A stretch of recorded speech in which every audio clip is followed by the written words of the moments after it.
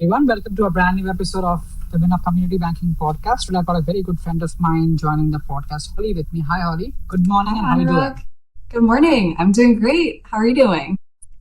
I'm just waiting for the week to get over. Today's Friday morning, sunny morning here in New York. Just waiting for the day to get over and fly to Vegas on Sunday for financial plan. That's what I want, warm weather. That sounds wonderful. Yeah, same here. It's sunny. It looks really nice out. It's a little cool in Baltimore, but yeah, looking forward to the weekend and hopefully some warm weather is on the way. Same, all of us are praying to the weather gods now to give us warm weather. Done with winter, we need spring. So, quick introduction who Holly is. Holly is Vice President of BI and member experience at SECU Credit Union, based in Baltimore right now. They are based credit unions. Holly has close to more than a decade, I think 14 years of experience in analytics as well as, I would say, insights. So she spent the first few years of her career. She came from the marketing agency world, very similar to me. And then she moved on to the credit union ecosystem, and now she runs BI and MX for CQ. So Holly, I know I did a horrible introduction of yours, trying to cover almost for 14 years in 14 seconds. Sorry about that. If you want to add something, feel free. No, that introduction was perfect. Thank you so much for that. But I'm glad to kind of walk through my journey. So I started off, I majored in business and international business and marketing concentration, also minored in French and Spanish. And then my first role out of college, I worked for a marketing agency, as you mentioned, in the insights and strategy area. And we had a variety of different clients, mostly CPG, but a lot of other industries too. So it was really great exposure to a lot of different areas and gave me the opportunity to learn an industry really quickly and think about data and strategy. And I really enjoyed that work. From there, I moved into a healthcare role, doing market research. So a lot of surveys and focus groups gave me a lot of great experience with understanding how to get primary market research and ask patients or consumers their opinions and satisfaction in different areas. Also did some website analytics, a little bit of UI UX design. And then after that, ended up at SECU, where I first kind of started in the insight area of the marketing department, and then eventually moved. We kind of all brought our analytics functions together onto the business intelligence team, and then also member experience. So that's just a little bit about my background. That's a lot, right? I mean, starting from a marketing agency, doing healthcare, and then landing at a credit union, eventually rising up the ranks to become a VP at such a young age. I mean, again, she's almost the same age of mine. So she's incredibly successful. I'm just waiting for her to become a C-level very soon, maybe in the next 2-3 years, 4 years. I don't know, but I'm just rooting for her. So wishing you all the best, Holly, for the journey. We are incredibly proud of what you're doing now. Thank you. That's really kind. And I've just been really lucky to have a great group of people to work with, a lot of really good learning over the years. So it's been a really great journey. Amazing. So the second question is about, I would say, why credit unions? I mean, all of us had some reason or the other where we just landed up working either for credit unions or you're working with a credit union, right? So how did that happen, landing up working for a credit union? It's a great question. I think like a lot of people who end up working in the credit union space, I did not initially have a deep awareness of it. I was looking for some career growth, and I was interested in working for a slightly smaller organization compared to where I was, which was a really large organization, and wanted the opportunity to have a lot more hands-on experience and kind of really feel the impact of the work that I would be doing. And this opportunity with SECU came about, and I was really drawn to the fact that it's a member-centric and employee-centric organization. And I think a lot of companies might, emphasize how much they care about their customers and that kind of thing. But when I interviewed with SECU, it felt so genuine. And I wanted to be able to work somewhere where the data, the learnings, the people I was working with, it was all driving and so for me, that's what really drew me to the credit union space. I also love that it's really centered around people helping people and, gives a great community impact as well. So that's what drew me to the credit union space. And then just the work itself too, I found really interesting. I would say no 2 days are alike, which for me is really great. I love the variety. I also like that I get to work cross-functionally with so many different areas on such a regular basis. So that's what drew me. And then since I've been here, I've been really enjoying it. There've been a lot of great learnings. Like when I first joined, I was shocked that I could reach out to another credit union and ask questions, and they would readily share that. And I think just the collaborative nature of credit unions and how much we're willing to share with each other and just really support the mission has been great. So I'd say kind of that's what drew me here. That's also part of, what keeps me going. And I just really like the culture and the people and the work that we're doing. Very good way of summing up. You tried, I would say, combining your passion for data analytics, and then you found out your love for the movement, because credit unions, as credit unions, we're focused on one single thing: people helping people, right? And unless you are genuinely interested about or passionate about the mission, it's very difficult to go and sustain for such a long. And it's not like you're in SECU for just a year. You've spent almost close to half a decade in that credit union. You've grown internally within the ranks. So I understand your genuineness to actually help people and embody the mission. So yeah, that's very well taken. Since now moving on to your work, right? Now, obviously, since you run both data analytics, what you call BI, it's analytics and experience. So your role is a conjunction of both of them. So business strategy plus data plus some bit of technology, right? If I were to ask you about one example, right? What's one example where you think data actually improved member experience? That's a great question. So we look at our member experience data all the time. We have a voice of member program where we have surveys that go out on a regular basis when our members interact with us. We also have a relationship survey just to get a general sense of the relationships our members have with us and how they're feeling about that. And the reason that we have kind of member experience embedded with the business intelligence team is we can look at the feedback that our members are proactively sharing with us through surveys and interactions that they're having, but then also look at the business intelligence side of things and look at what their engagement is like with us. Did they recently, open a different type of account with us? How long have they been a member for? That type of thing. So I wanted to kind of just share a little bit of context about the two areas. But I would say, one project that's been fairly recent and the team's done a great job with is our Informal Complaint Project. So we've created a process, and the team, I have an amazing team, and they did a great job of really building a process where we're looking at the different interactions that our members are having with us and trying to anticipate. Maybe they didn't give us a bad score in a survey, but maybe there was something that just didn't feel quite right, and documenting that. And then we have a team that reaches out to them proactively and tries to improve whatever it was that looks like. Maybe they just had some level of dissatisfaction. Maybe they didn't give us a low score in a survey, but it might, start to snowball later on. So that's one example of just really listening to our members. It's funny sometimes when I talk to friends about surveys and things like that, I'll hear, oh yeah, I responded to this. I don't think I'll ever hear back. But I know at SECU, if someone responds to a survey, there is somebody reading that feedback, and there's somebody who's proactively reaching out to close the loop with that member. So I think that's one example of really kind of helping to anticipate our members' needs. And then on the data side of things too, oftentimes people don't always think of data as, we're not in the front lines, we're, actively interacting with our members on a regular basis, but data can enable an experience. So the more that we understand about our members and understand what channels they want to hear about things through, or how they want to interact with us, the better we can enable experiences for them.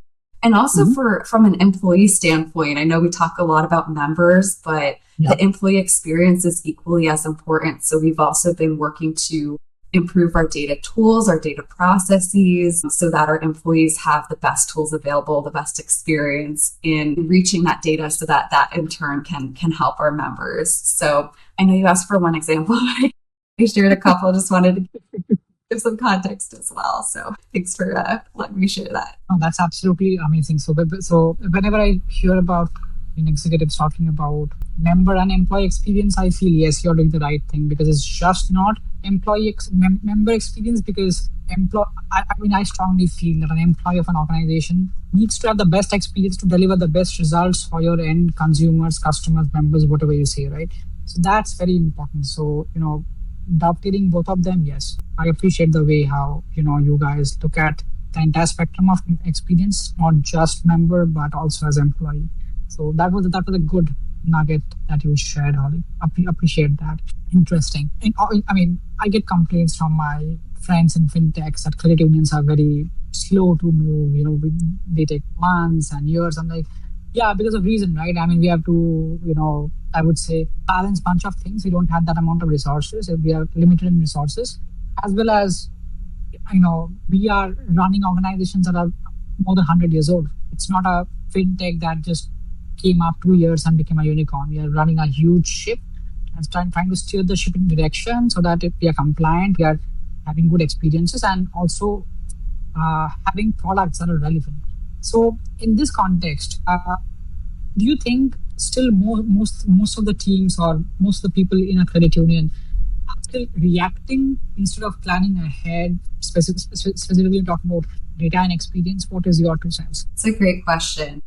I would say that there is a time and a place for both. So there are times when you have to be reactive. Something unexpected comes up, and maybe something in the environment changes, maybe just something unanticipated came up, and you have to be reactive and work in the moment and get a handle on the situation. So it's important to be able to move quickly, but we do also do a decent amount of planning. Our team works in Agile, so we plan all of our work in 2-week sprints. We go through a prioritization process where we look at everything in our backlog and try to stack rank based on organization priority. We share that back with our collaborators and make sure that they're aligned with that as well. And then we also have backlog refinement meetings where we then kind of take what we've been planning for and really task everything out so that we know exactly what has to get done. And then even bigger picture, we have our strategic planning and budgeting usually starts about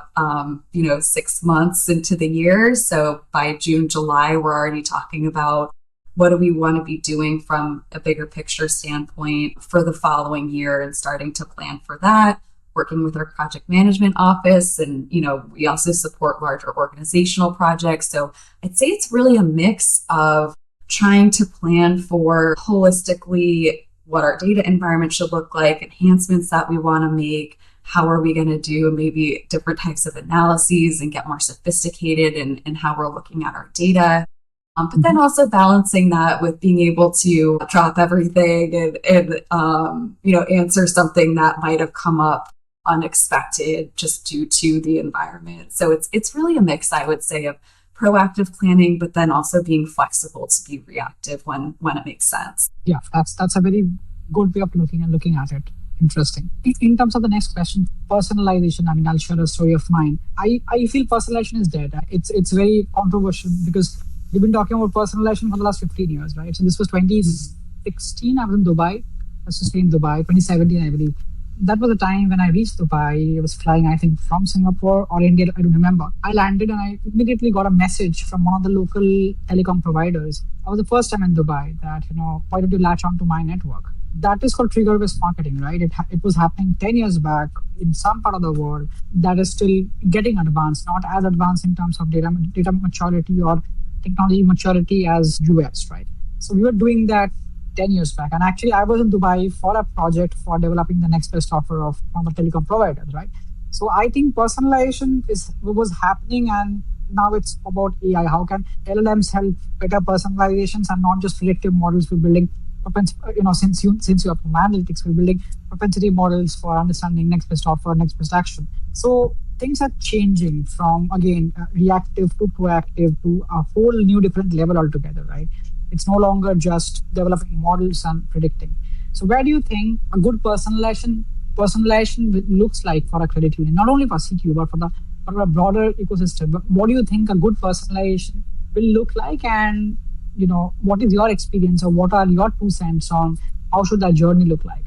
Yeah, it's a really good question. And you're right that personalization has been a hot topic for many years now. And I think, some feel that it's, like we said, some feel maybe it's dead. Some feel we haven't even scratched the surface yet. There's so many different ways you could look at it. For credit unions in general, I think that personalization should be unique to their member base. So what personalization might look like at SECU could be different from what it might look like at another credit union. I think it's important to understand your member makeup and how they may want that personalized experience. For example, younger consumers, and Z, even, I know Gen Alpha is up and coming. They're more willing to give information away, and they kind of expect that they're going to get that personalized experience, especially, not just in the credit union space, but that's what they're used to across industries. And so they think, okay, I'm giving this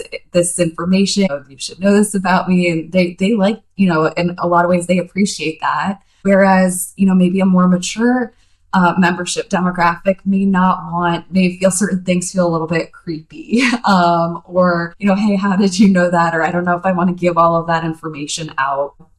I think it really depends on what the membership looks like, and also being able to personalize in that way. So maybe, we have that hyper-personalized experience for the member that wants that, and then something that feels, a little bit less close to home for members who are maybe wondering, how did you know all of that about me? So I think it's a balance, and there's so many ways to bring personalization to life. I mean, there are, at just a very high level, there's some very basic segmentation that can get done. And then at a more hyper-personalized level, as you mentioned, there are AI tools that are out there. There are ways to append, demographics, psychographics, references to members as well as prospects and consumers out in the marketplace, really customized messaging based on that. So I think personalization can look a lot of different ways, and to do it the right way, it really depends on the organization strategy, what their consumer base is made up of, and really what makes the most sense for them. Yeah, so I agree. I agree to your point that it's very bespoke. It cannot be a run-of-the-mill strategy for everyone, because the biggest example is products. Every single financial institution has different focus on products. Someone focuses on solar loans. The other one is focusing on an indirect auto loan. So personalization, the definition of personalization is very different from each to the other. Yeah, to your point, it's a journey, and it has to be taken care in that way. Makes sense. The next one is about using data and insights for, I would say, impact. Because again, one thing I realized, 10 years back, start my career, that you can build the best of models, you can build the best of insights and dashboards, but unless they have been consumed by the business user or the P&L owner, it doesn't really work out. Just reading out KPIs and fancy numbers doesn't make sense. So how do you ensure in your organization, Holly, that, I know you're building quite a robust analytics team out there, deliver insights regularly. How do you ensure that teams within CQ actually use the analytics and insights that you're delivering on a daily basis to help do a better job in whatever they're doing right now? Yeah, it's really important, because you're right. You could build all the best dashboards in the world, but if they're not utilized, there's really no point in doing it. So we meet really regularly with our different stakeholders across the organization, and we ask them. So we have certain dashboards. We have an internal page called My Intelligence that our team built out, and it houses all of our dashboards in kind of an organized fashion. And we can also monitor how frequently they're being utilized. And sometimes we'll notice something hasn't been accessed in a while, and we'll say, hey, is this getting you what you need? Or could we display this in a different way? So really just talking to our teams and saying, what's the best way for us to get you the information that you need? And sometimes a dashboard that maybe we built a few years ago that served a purpose then maybe no longer serves a purpose, or maybe it needs to be updated. Maybe the visuals need to be made more digestible. So we really talk with our stakeholders and make sure that they're getting what they need. And another way that I think can really help bring data to life, I know that there's, you can build dashboards, you can share reports. Our member experience team, we meet regularly with the different departments and walk through feedback. I always find that quotes are a great way to bring data to life. So even though they might be more qualitative, if they're supplementing a more quantitative finding, it's a really great way to show from that member's voice themselves exactly what they're thinking. And it can be really impactful. And I found that in general, not just at SECU, but just, over the years of doing research, complementing more quantitative data with maybe a snippet. If you did a focus group, a snippet or a video, hearing directly from a particular member or prospect or consumer, it can be a really great way to, I think a number on a page says one thing, but really bringing it to life, that can have a lot of impact. The storytelling component of it too, I think, sometimes a report is what's needed, but then sometimes you need that kind of shaping and really bringing it to life and bringing it together in a way that's meaningful. These are deep conversations. I don't think a 30 minutes chat can do justice to it. This is very deep, and we'll chat much longer in another episode where we just focus on analytics. We're just planning to, again, for everyone, we're planning to get together a few analytics practitioners within the podcast and do a roundtable. So, feel free to keep fired onto it. And we'll also have Holly join the roundtable. That's interesting. She's got very interesting points. One last question, Holly, right? Now, I hate to use the word AI, but I think we've seen the transition from linear regression to AI, right? We've seen that entire half of the people don't even know what I'm talking about. But still, since you know what I'm talking about, so how do you think AI will actually change the way how we understand members now? It's a great question. And I think that the topic of AI is so broad that there's a huge realm of possibilities. I probably won't do it justice in just a couple of minutes. But, I would say even starting at the employee level, I think AI can be a great tool for employees to assist them with doing the work that they need to do. And that can also help change the member experience, because from a servicing standpoint, maybe something that might have taken somebody a few minutes to look up, if they have an AI tool that can help them, maybe that cuts down to a few seconds. And of course, it's always important to have human oversight as well, and not just take the AI at face value. That's a big piece of it too, is using AI in a responsible way where we feel comfortable with it.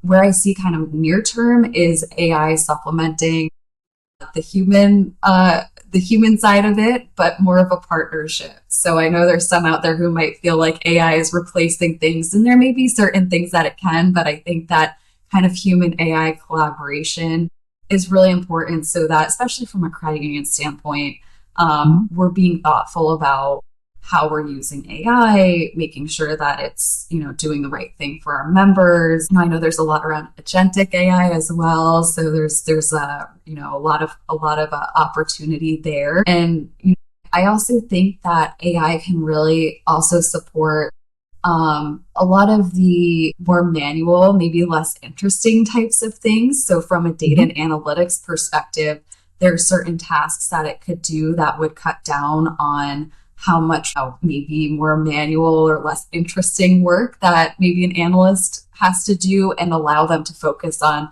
maybe that more sophisticated analysis or spending time building a strategy. So I think that AI can enhance the employee experience, and then kind of in turn, that's going to also pay dividends on the membership side of things too.